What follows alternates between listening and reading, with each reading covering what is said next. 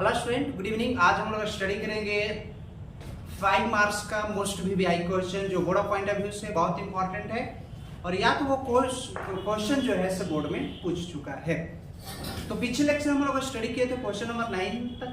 तो आज हम लोग स्टडी करेंगे क्वेश्चन नंबर 10 से। तो देखते हैं हम लोग क्वेश्चन नंबर 10 में आपको क्या कहता है। तो क्वेश्चन नंबर 10 में कहता है what is series combination of capacitor, drive the formula for equivalent capacitance in series combination. कहता है कि जब संधारित्रों को श्रेणी क्रम में संयोजित किया जाता है तो उसका डेरिवेशन निकालना है, व्यंजक प्राप्त करना है, उसका सूत्र क्या होता है और संधारित्रों का श्रेणी क्रम संयोजन किसे कहते हैं। ठीक है, तो ओनली फॉर डायग्राम बनाने के लिए कहता है। तो 2 नंबर में पूछता है आपको श्रेणी क्रम और समान क्रम दोनों का, लेकिन यहाँ पर आपको किससे कहते हैं और डेरिवेशन भी है। ठीक है, तो हम लोग देखते हैं।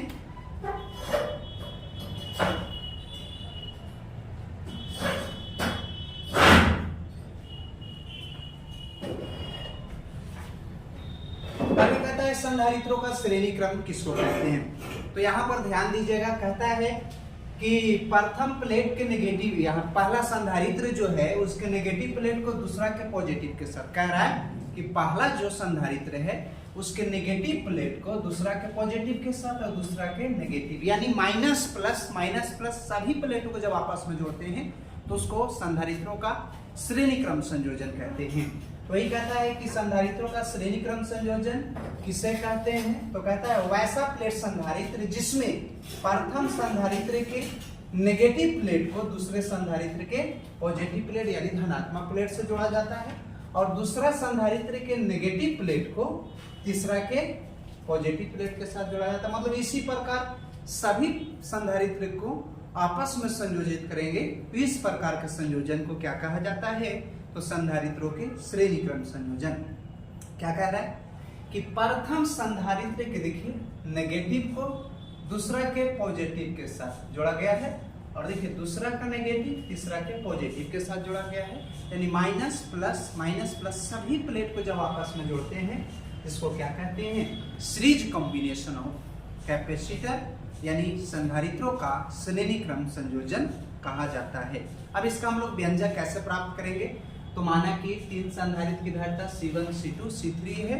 ठीक है, जिसके सिरों के बीच की विभवांतर V1 V2 V3 है और इसे V वोल्ट बैटरी से क्या किया जाता है तो संयोजित करते हैं।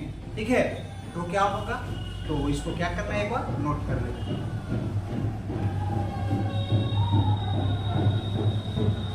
क्या कहता है कि माना कि 3 संधारित्र की धारिता C1 C2 C3 है।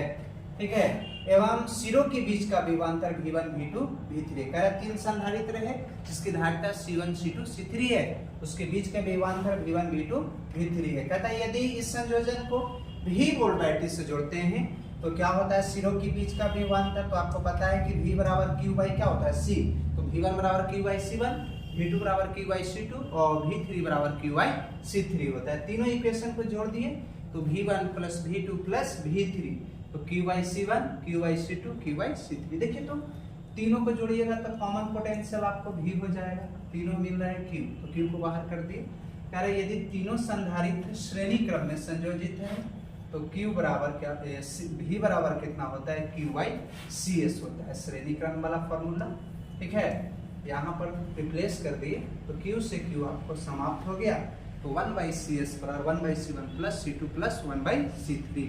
तो आपसे कहेगा यदि संधारित्र श्रेणी क्रम में संयोजित रहेगा तो उसके लिए फॉर्मूला क्या होता है, तो 1 बाई CS बराबर 1 by C1 plus 1 by C2 plus 1 by C3। S मतलब सीरीज। ठीक है, सीरीज कॉम्बिनेशन ऑफ आपको कैपेसिटर।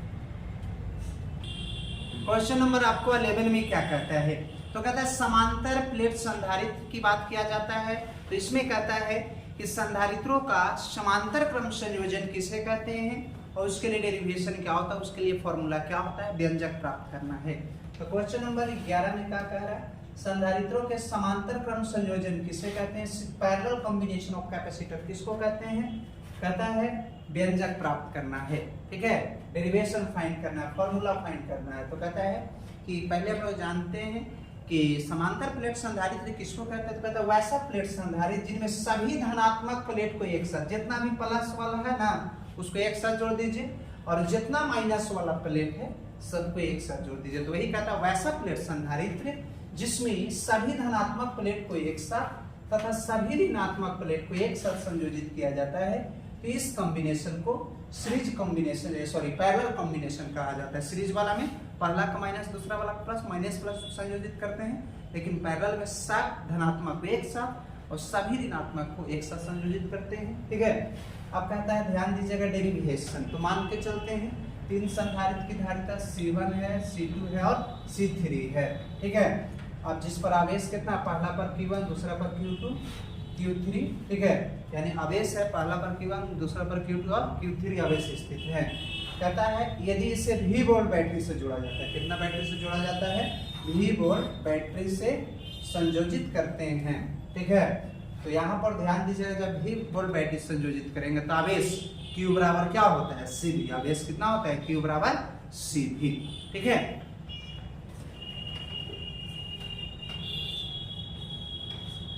आवेश Q बराबर कितना होता है, CV होता है। तो पहला पर Q1 है ना, तो Q1 बराबर C1 V1, Q बराबर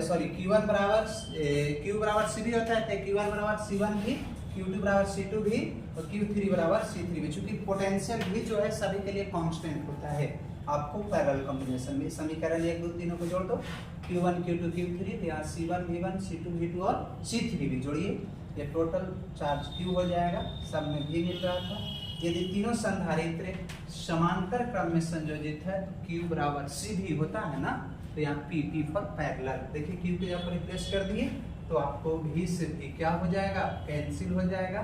तो आपसे कहेगा कि जब कोई प्लेट जो है संधारित्र जो है समांतर क्रम में संयोजित रहेगा तो कौन फॉर्मूला लगाइएगा, Cp बराबर C1 plus C2 plus C3। आपको डेरिवेशन निकल गया।